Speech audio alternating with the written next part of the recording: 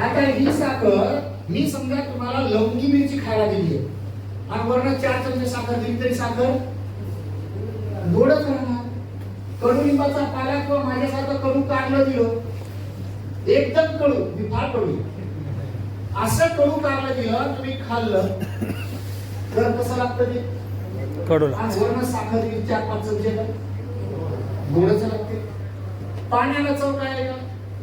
त्याच्यात जर समजा 5 किलो साखर टाकली 1 लिटर मध्ये तर पाणी कसं लागतं? उद्या दिवाळी आली का दिवाळी शंकरपाळे कशातून म्हणतात? पिठातून. पीठ नुसतं जर शंकरपाळे बनवले साखर गुळणं घालतात तर हातील घरातले एखादे पातीला फेकून मारतील. मग त्याच्यात काय घालतात?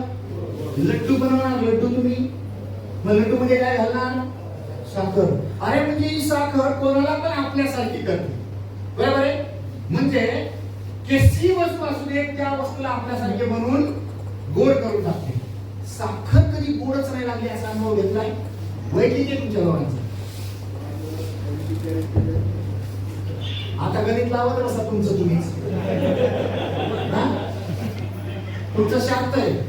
जास्त पुढे शेतकऱ्याला गोळी फोडून त्याच्या तोंडामध्ये पावडर टाका, घड्याळ लावा, 1 मिनिट फक्त लाडात ठेवा.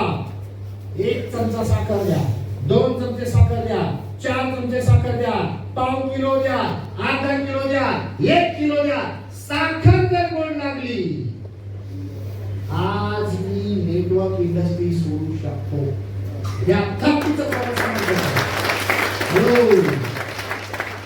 या ताकदीचं प्रोडक्ट आहे मित्रांनो. रिझल्ट यायला पाहिजे का नाही पाहिजे? हा केलाच पाहिजे. पुढचं प्रोडक्ट आहे 7 मंडळ.